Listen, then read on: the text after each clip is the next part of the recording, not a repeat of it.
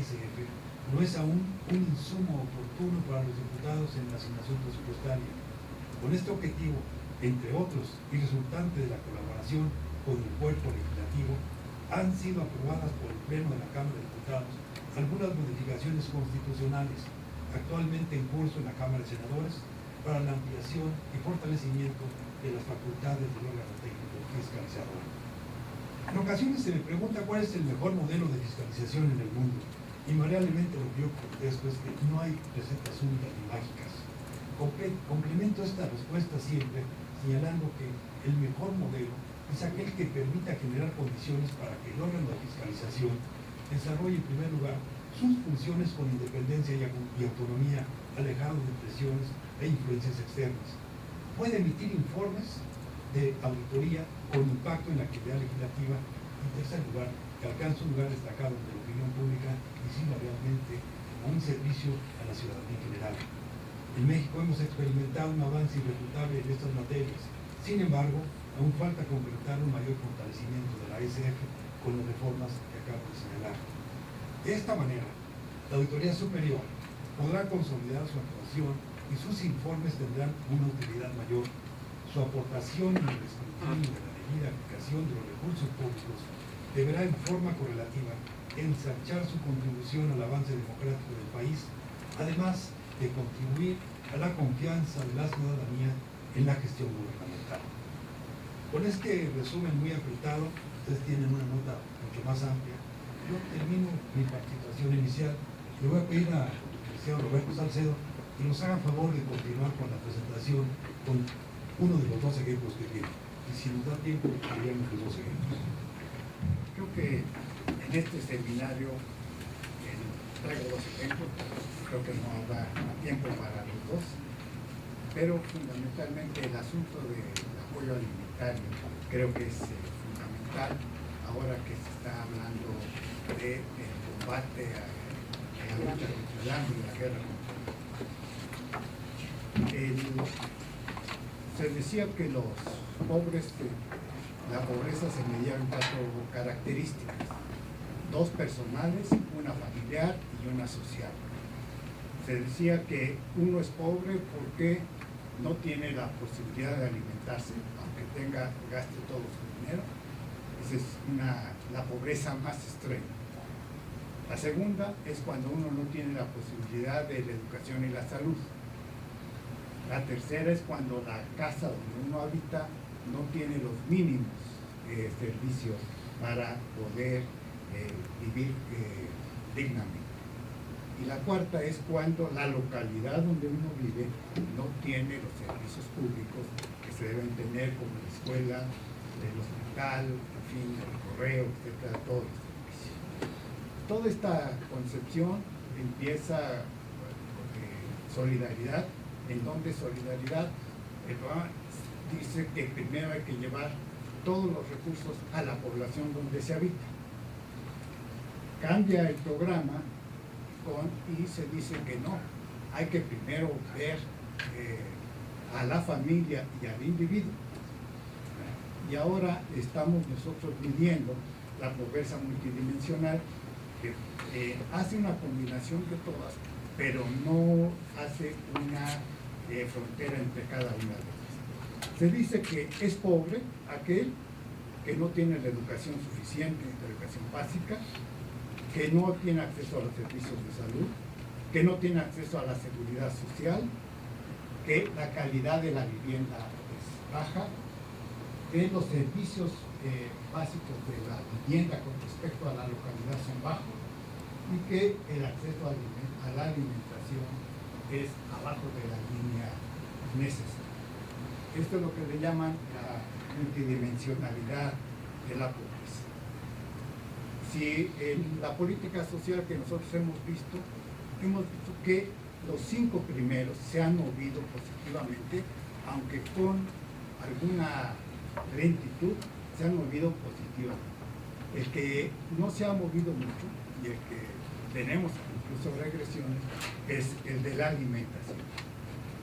Este es y por eso creo que es importante comentarles a ustedes cómo la auditoría de la Federación ve este asunto. veríamos nosotros, la Organización Mundial de la Salud nos dice que la desnutrición es una obviedad, lo que nos dice, pero sí es resultado de una dieta inadecuada en cantidad y en calidad. Se agudiza en las zonas. La FAO nos dice que la inseguridad alimentaria está vinculada con la pobreza. Son obviedades, pero nos dicen los organismos especializados.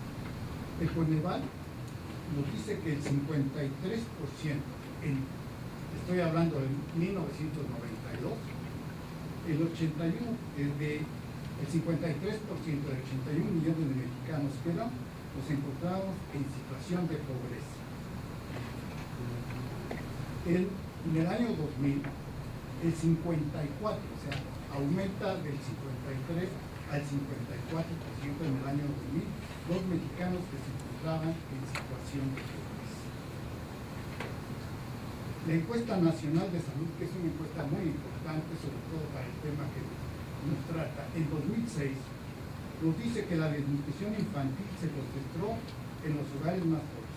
3 de cada 4 niños encontrados con desnutrición eran de las zonas rurales. El programa de desarrollo social nos dice que la condición de pobreza repercute en los niveles de salud y nutrición.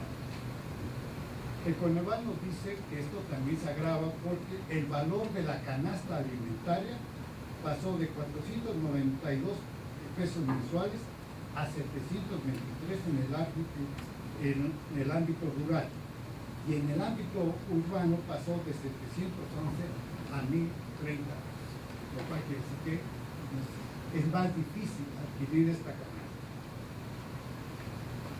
De 2008 a 2010, el porcentaje de la población que dispuso ingresos inferiores a la línea de bienestar, o sea, que dedicaban todos sus ingresos a comer, pasó de 49 a 52%.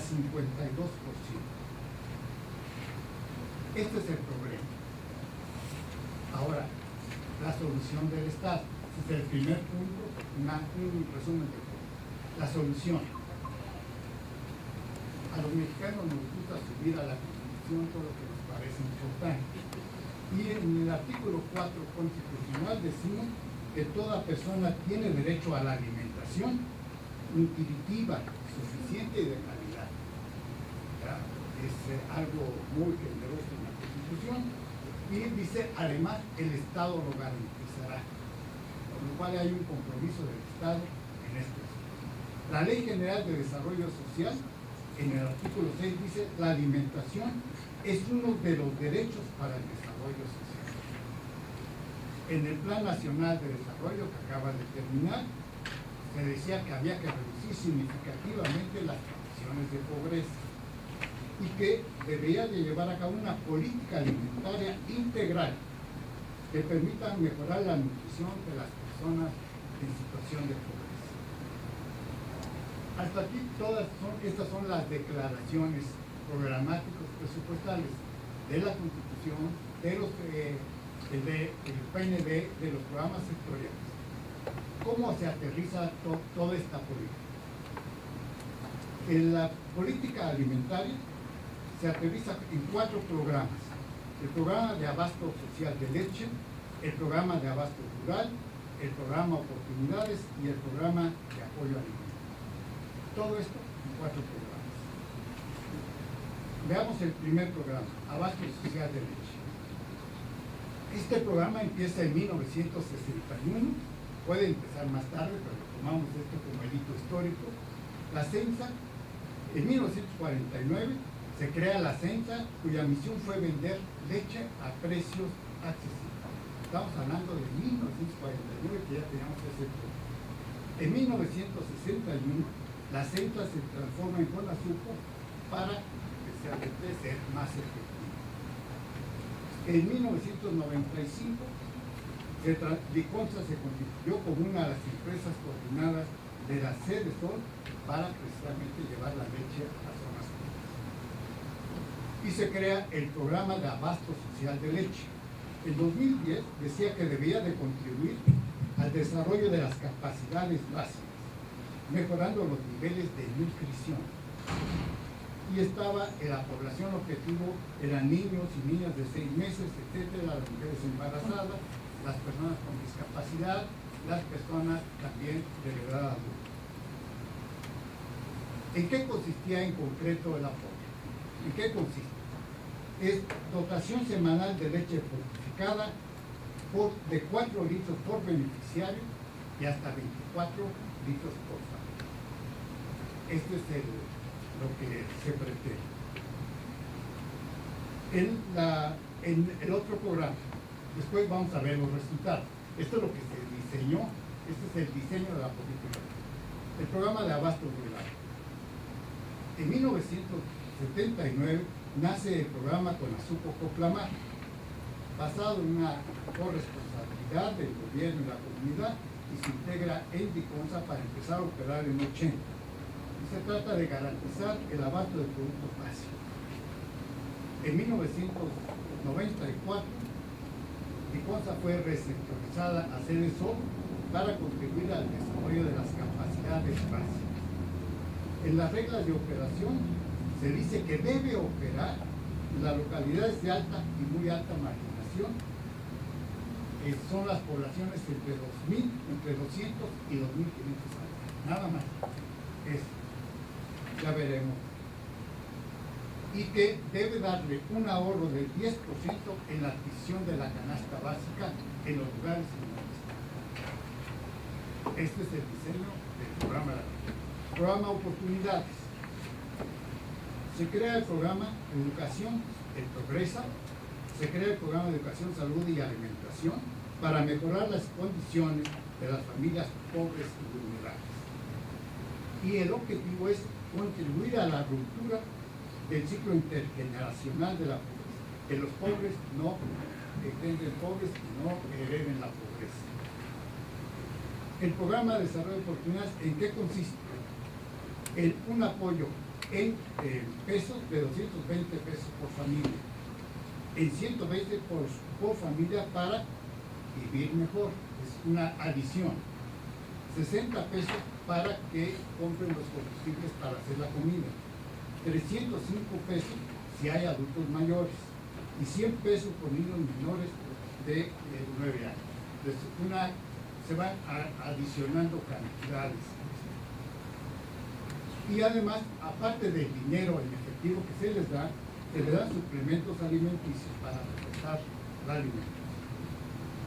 En la población objetivo son los hogares en condición de pobreza. El cuarto programa, apoyo alimentario.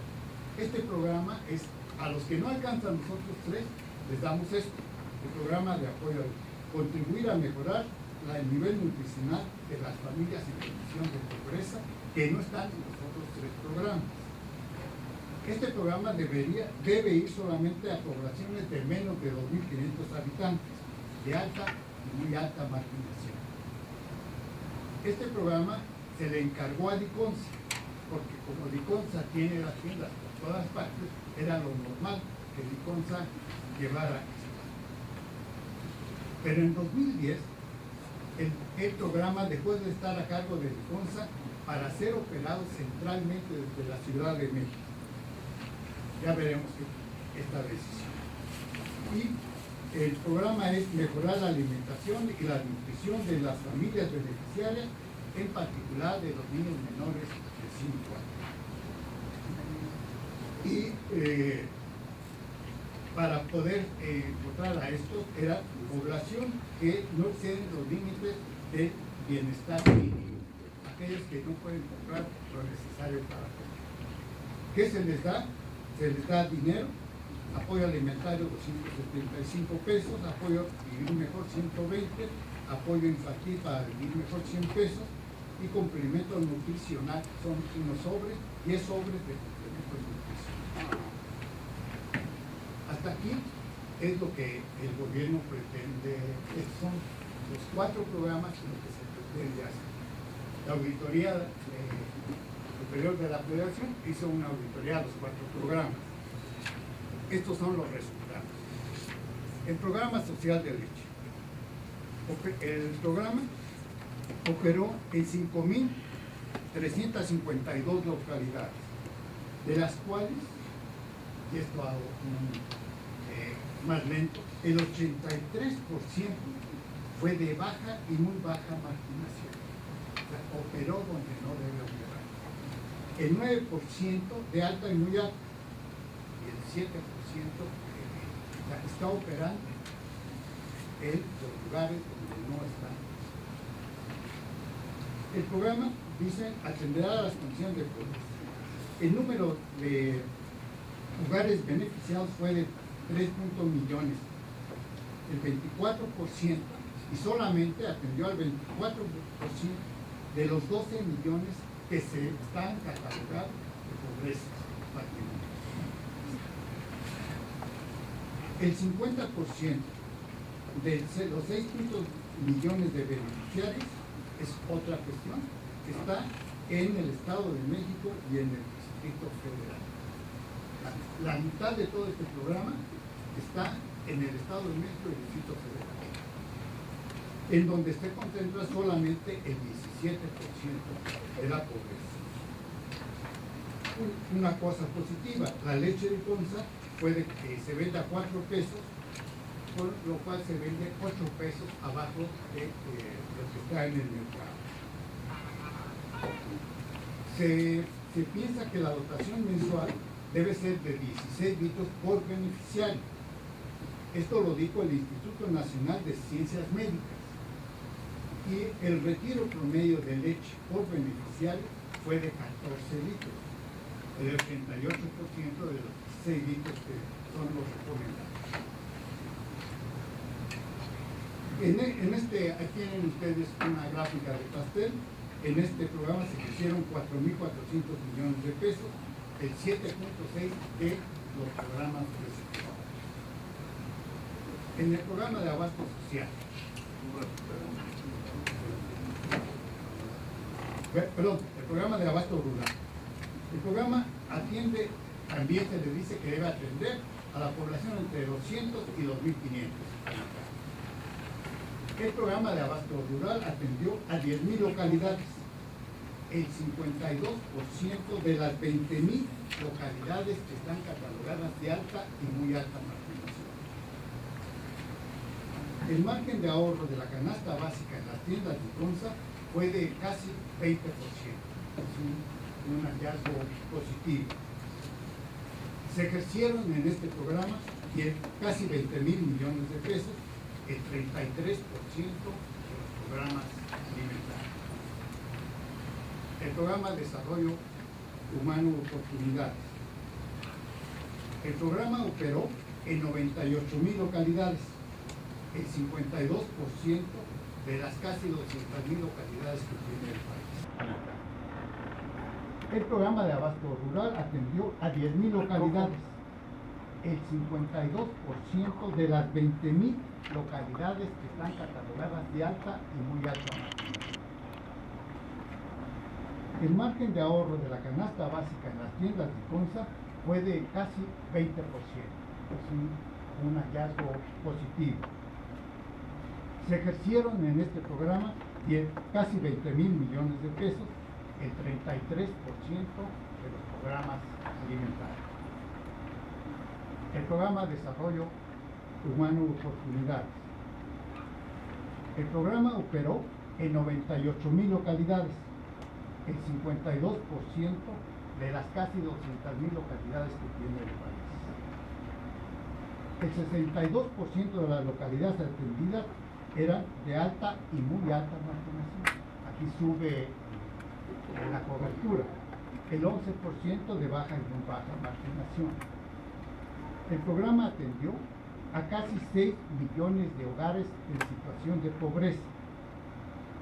El 45% de los 12 millones de hogares que se tienen catalogados en la línea de pobreza.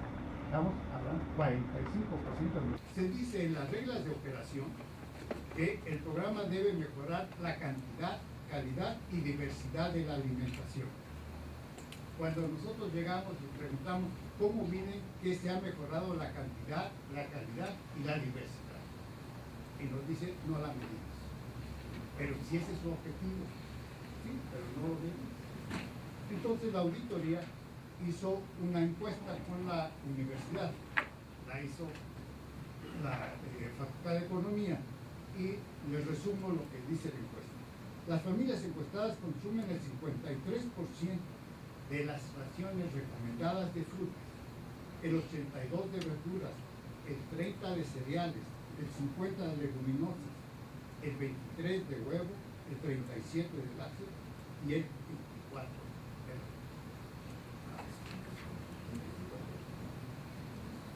Se trata de las reglas de operación, nos dicen hay que romper el ciclo intergeneracional de la pobreza.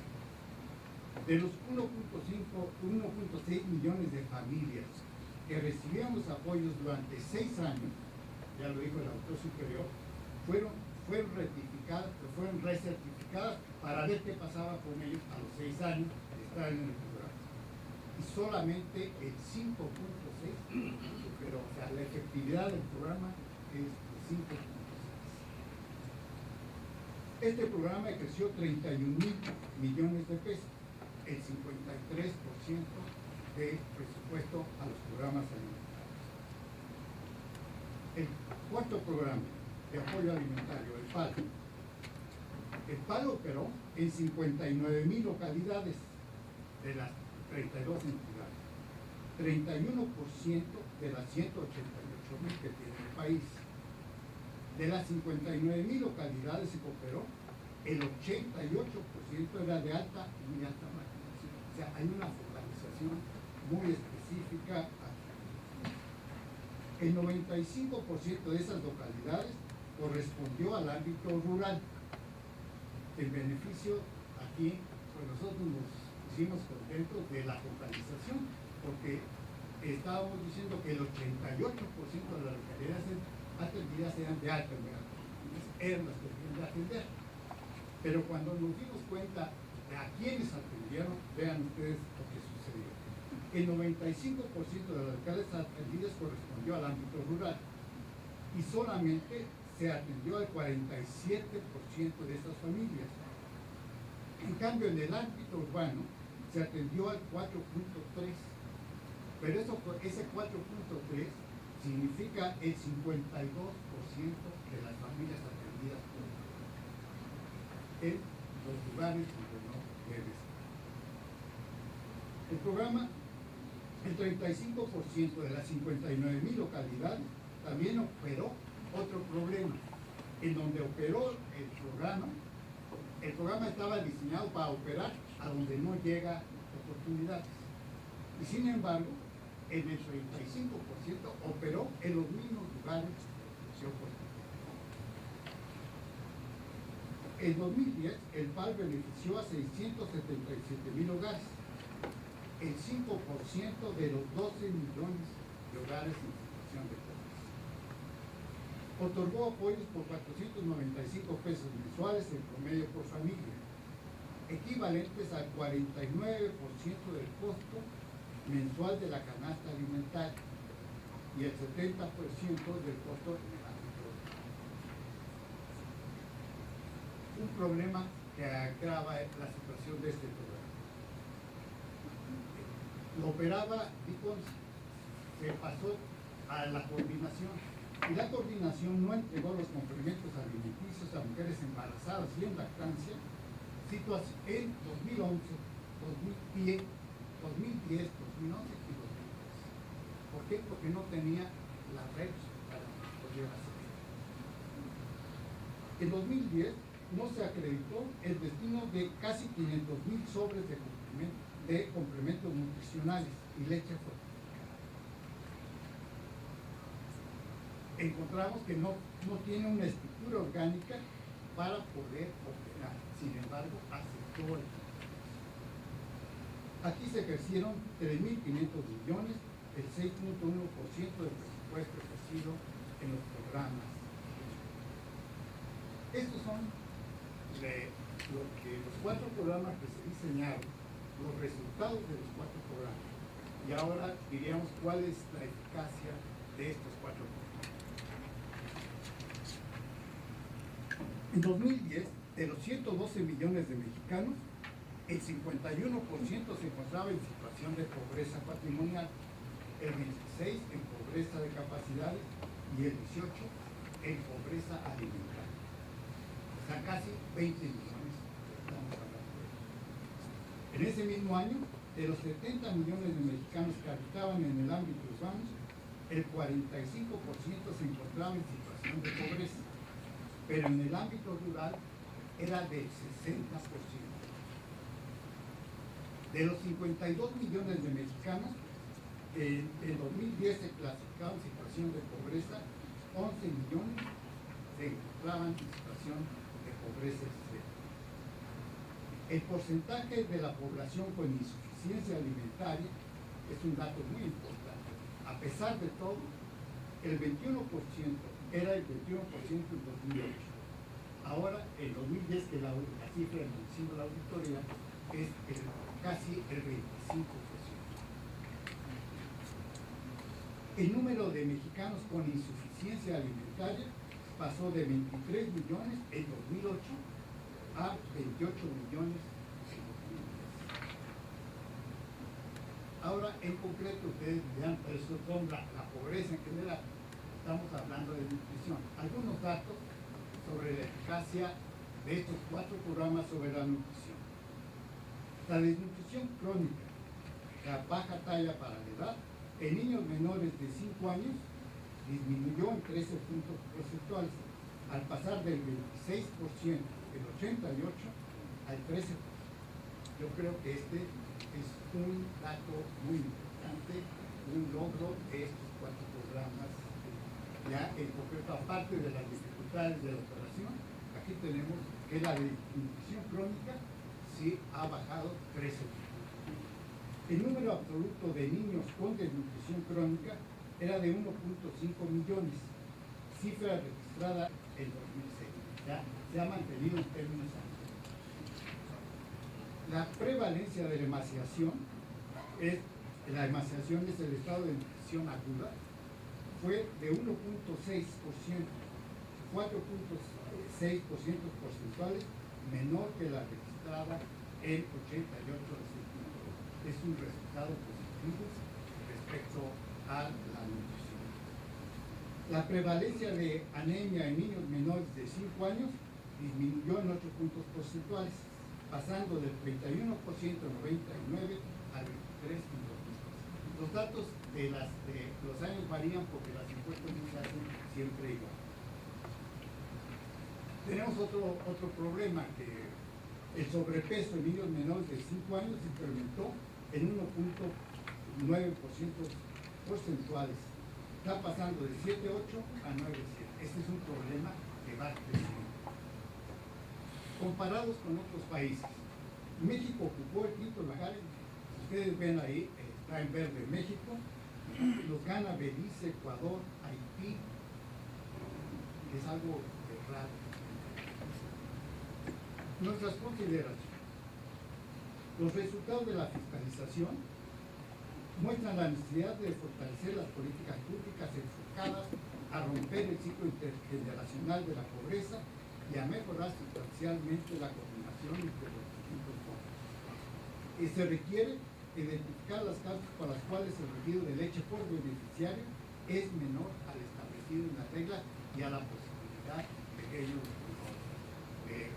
de que las familias puedan retirar la cantidad deseada. Se requiere identificar las causas por las cuales el 94% de las familias beneficiadas del programa Oportunidades que recibieron apoyo durante 6 años, solamente se movió el 5%. Había que ver qué fue lo que pasó. Este es un resultado donde es necesario averiguar qué está pasando. Y se requiere realizar las acciones necesarias que permitan incrementar la cobertura del programa de abasto rural en las localidades de alta y alta marginación. Y también requerimos una reingeniería de procesos en el programa de apoyo alimentario. Hasta aquí es nuestra. Sin embargo, se ha anunciado la Cruzada Nacional contra el Hambre. Nada más una apostilla al asunto.